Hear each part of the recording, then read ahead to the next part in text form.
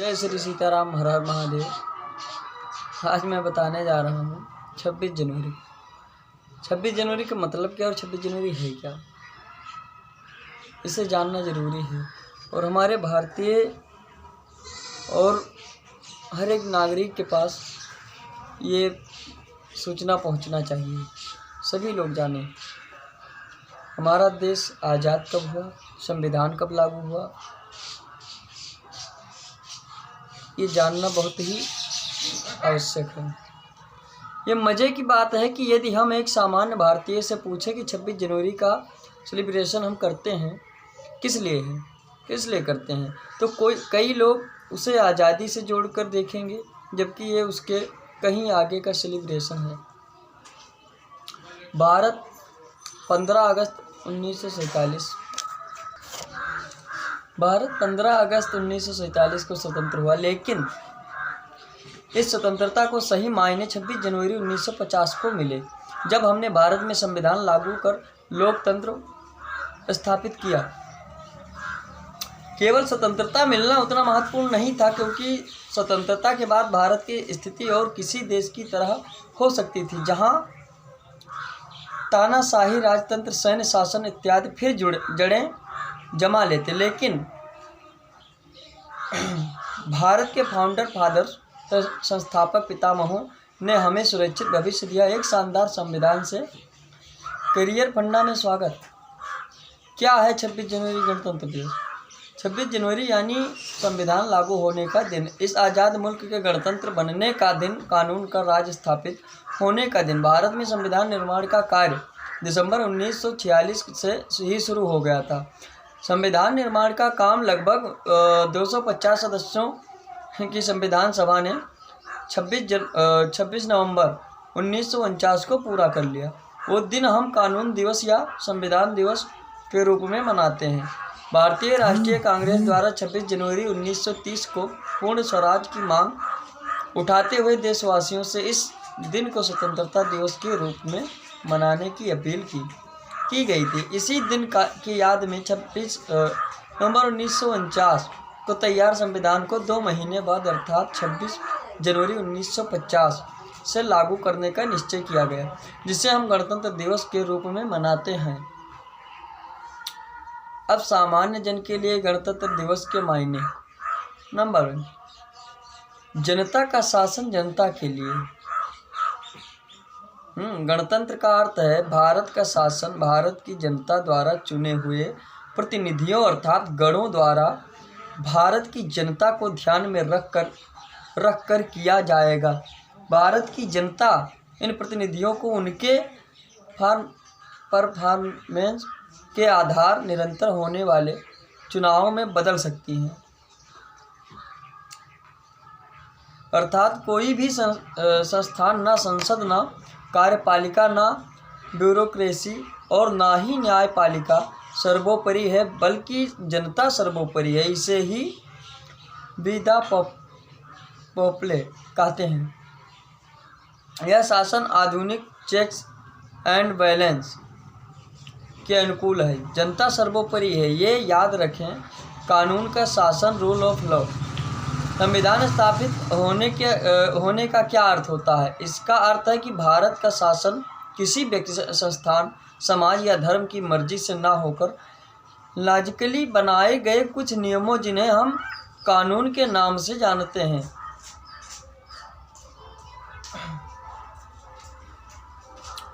अर्थात कोई भी जनप्रतिनिधि या जनसेवक किसी मुद्दे पर निर्णय लेना चाहता है तो उसे संविधान के दायरे में ही रहकर कार्य करना होगा।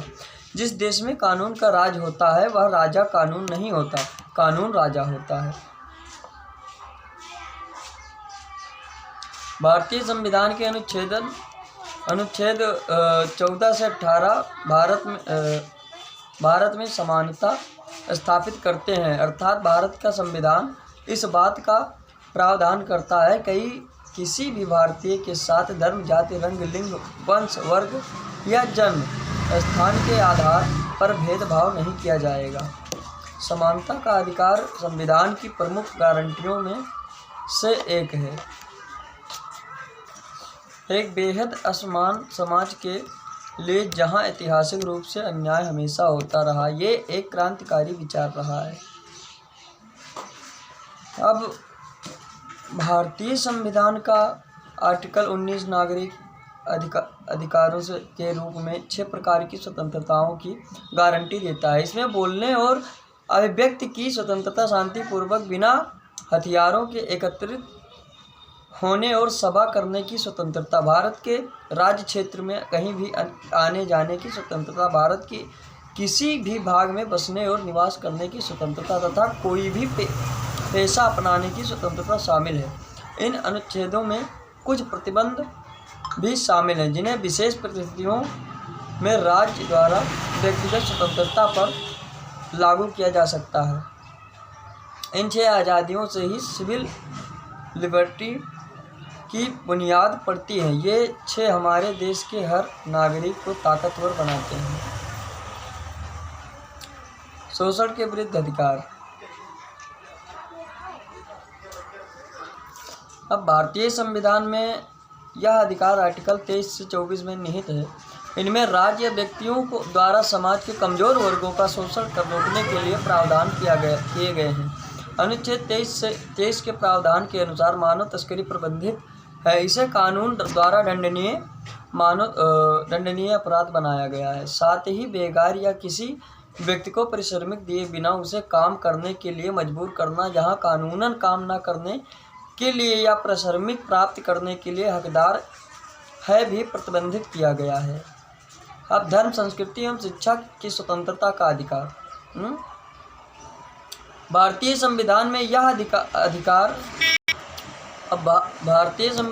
अधिकार आर्टिकल 25 से 28 में निहित है, जो सभी नागरिकों को धार्मिक स्वतंत्रता प्रदान करता है और भारत में धर्मनिरपेक्ष राज्य सुनिश्चित करता है। संविधान के अनुसार भारत का कोई आधिकारिक राज्य धर्म नहीं है और राज्य द्वारा सभी धर्मों के साथ निष्पक्षता और तटस्थता से व्यवहार किया जाना चाहिए। अनुच्छेद 25 सभी लोगों की विवेक की स्वतंत्रता तथा अपनी पसंद के धर्म के उपदेश, अभ्यास और प्रचार की स्वतंत्रता की गारंटी देता है। हालांकि यह अधिकार सार्वजनिक व्यवस्था, नैतिकता और स्वास्थ्य तथा राज्य की सामाजिक कल्याण और सुधार के उपाय करने की शक्ति के अधीन होते हैं।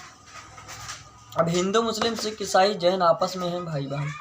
हाँ, संवैधानिक उपचारों का अधिकार। संवैधानिक उपचारों का अधिकार नागरिकों को अपने मूल अधिकारों के उल्लंघन के विरुद्ध सुरक्षा के लिए भारत के सर्वोच्च न्यायालय में जाने की शक्ति देता है। भारतीय संविधान का आर्टिकल 32 स्वयं एक मूल अधिकार के रूप में अन्य मूल अधिकारों के परिवर्तन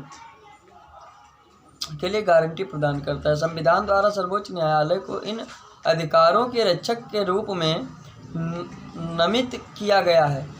सर्वोच्च न्यायालय को मूल अधिकारों के परिवर्तन के लिए बंदी, प्रत्यक्षीकरण, परमादेश, निषेध, उत्प्रेषण और अधिकार परीक्षा प्रादेश रिट जारी करने का अधिकार दिया गया है। जबकि उच्च न्यायालयों को अनुच्छेद 226 जो एक मौलिक अधिकार नहीं है, मूल अधिकारों का उल्लंघन न होने पर भी यह इन विशेष अधिकार प्रादेशों को जारी करने का अधिकार दिया गया है।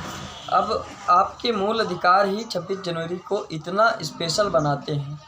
सारांश: 26 जनवरी वो दिन है जब भारत ने अपने आप को एक आधुनिक, सभ्य, प्रगतिशील देश के रूप में स्थापित करने का पहला कदम उठाया। यदि आप किसी भी प्रकार के भेदभाव, जात पात और धार्मिक उन्माद में यकीन रखते हैं तो आप इस दिन की भावना को नष्ट करते हैं। उम्मीद करता हूं आप अधिक जागरूक हो भारतीय गणतंत्र दिवस का आनंद उत्सव मना पाएंगे। आज का करियर फंडा है कि 26 जनवरी का खोखला सेलिब्रेशन करने के बजाय इसकी मूल भावना को समझते हुए, कानून के राज का सम्मान करते हुए, छोटे बड़े का भेद मिटाते हुए इस दिन को सेलिब्रेट करें और करके दिखाएंगे। जय हिंद, जय भारत और 26 जनवरी।